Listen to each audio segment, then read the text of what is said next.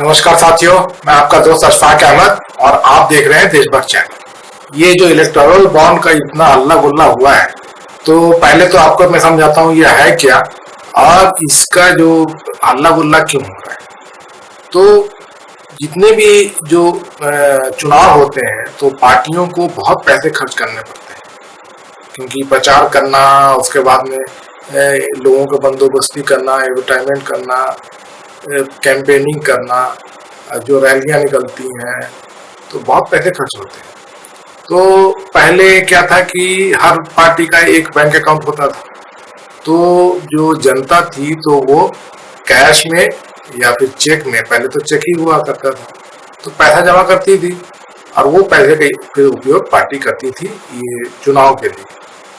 तो 2017 में मरहूम अरुण जेटली जो बीजेपी के फाइनेंस मिनिस्टर थे, तो उन्होंने एक स्कीम लॉन्च किया, इलेक्टोरल बॉन्ड। ये पक्का मोदी जी का ही आइडिया रहा होगा। तो क्या बोले कि एकदम ट्रांसपेरेंसी ला देंगे, क्योंकि जो चंदा आता है पार्टियों का तो वो काला धन होता है, कैश में आता है, ये सब आता है, वो सब खत्म हो जाएगा। तो इलेक्टोरल बॉन्ड जो है कानून बन गया। तो इलेक्टोरल बॉन्ड जब कानून बन गया तो इसमें क्या प्रोविजन है कि स्टेट बैंक जो होता है वो इलेक्टोरल बॉन्ड के लिए कुछ दिनों के लिए खोलता है कि ये आप कोई भी आके इलेक्टोरल बॉन्ड खरीदे और किसी पार्टी को दे दे, और फिर वो पार्टी के पास में ये जो बॉन्ड आएगा, जैसे कि ये जो ड्राफ्ट होता है ना, बैंक ड्राफ्ट टाइप का, तो वो जिसको नाम से आपने दिया है तो वो फिर बुना लेता है। तो इलेक्टोरल बॉन्ड भी वैसा ही है। तो कोई किसी आदमी ने इलेक्टोरल बॉन्ड खरीदा और किसी पार्टी को दे दिया, वो पार्टी ने बना लिया, उसके अकाउंट में पैसे चले गए। लेकिन इसमें क्या है, एक प्रोविजन है कि जो स्टेट बैंक है उसके पास में तो आ जाए ये इंफॉर्मेशन की किसने पैसा दिया, लेकिन स्टेट बैंक ये कभी नहीं, इस स्कीम में ऐसा है कि पता नहीं करे कि काला धन है, उस आदमी ने जो पैसा दिया है वो कहाँ गया उसके पास में पैसा, है ना। और फिर उसका नाम भी किसी को नहीं बताना है, सिर्फ चुनाव आयोग को इंफॉर्मेशन देनी है कोई भी पार्टी को कि चंदा आया है, तो उसमें दिखाएं कि भाई इतने पैसे आए। अब किसने दिया ये इंफॉर्मेशन नहीं दिखाना है। तो अब यहाँ से क्या लफड़ा होता है कि जो 3-4 चीजें अभी इलेक्टोरल बॉन्ड के साथ में हुई, जो अभी उजागर हो रहा है। सुप्रीम कोर्ट ने जब इलेक्टोरल बॉन्ड की जानकारी एसबीआई से मांगी तो एसबीआई ने इलेक्शन कमीशन को दिया। इलेक्शन कमीशन ने वो इंफॉर्मेशन अपने वेबसाइट पे डाल दिया। तो एक चीज आ रही है कि जो कंपनियां हैं तो वो कुछ चंदा देती हैं और कुछ दिनों बाद देखते हैं कि उनको बहुत बड़ा ठेका मिल जाता है। तो मतलब कि ये एक तरह से घूसखोरी है कि आप घूस दो और आपको ठेका मिल जाएगा। तो ऐसा बहुत बड़ी कंपनियों में दिख रहा है, बड़ी बड़ी कंपनी। और दूसरा जो है कि ईडी सीबीआई का उपयोग मोदी जी बहुत अच्छे से करते हैं, तो उनको स्टेट बैंक का इंफॉर्मेशन मिल जाता है कि किसने कौन सी कंपनी है जो चंदा जैसे नहीं दी है, और उसको मोदी जी क्या करते हैं कि ईडी सीबीआई भेज देते हैं, और जब भी उसका रेट पड़ता है तो उसके बाद में मालूम चलता है कि उसने चंदा दे दिया। तो चंदा दे दिया और छुटकारा पा लिया, तो इनकम टैक्स या ईडी सीबीआई से छुटकारा मिल जाता है। तो ये जो है, ये जैसे हफ्ता वसूली होता है ना, तो उस तरह का हफ्ता वसूली मोदी जी कर रहे हैं इलेक्टोरल बॉन्ड के। और उसके बाद में एक तीसरा है कि कोई कंपनी को मोदी जी ने ठेका दे दिया, उस कंपनी ने कहा कि ठीक है हम आपको चंदा दे देंगे, तो ठेका मिला, उसके बाद में चंदा दिया। तो किक बैक जो बोलते हैं कि आपने 100 करोड़ का ठेका दिला दिया है तो 10 करोड़ आपको दान में दे दिया, आपको दे दिया। तो इस तरह का भी बहुत सारा इसमें डेटा दिखता है। और चौथा जो है वो है मनी लॉन्ड्रिंग। तो शेल कंपनियां होती हैं जो विदेशों में कहीं पे रजिस्टर होंगी, उनका कोई भी मतलब लीगल कुछ ये नहीं रहेगा। तो विदेशों में कहा तो मॉरिशस, कैरिबियन आइलैंड या ऐसी जगह पे जहाँ पे मतलब कि काले धंधे वाले पैसे जो है वहाँ पे कोई पूछताछ नहीं होती है। ऐसी जगह पे उनके बैंक का होता है, कार कंपनी होती है और वो पैसे कहीं से भी उठा के कहीं भी करती रहती है। तो ये मनी लॉन्ड्रिंग। तो अडानी के आपको पता है बहुत सारी कंपनियां इस तरह की हैं। तो ऐसी कंपनियों ने भी चंदा दिया है, ये भी बात सामने आ रही है। तो सब मिला कर देखिए तो ये जितना भी काले काले पैसे कमाई के पैसे हैं, ये जितने भी चंदा आ रहे होंगे सब काला है, सफेद कुछ भी नहीं होगा। और ऐसी ऐसी कंपनियां हैं, अब जैसे कोई कंपनी है उसको सिर्फ 100 करोड़ का फायदा हुआ है और चंदा कितना दे रही है 500 करोड़, ऐसी भी कंपनी है। तो उसके बाद ये पैसे कहाँ से आए?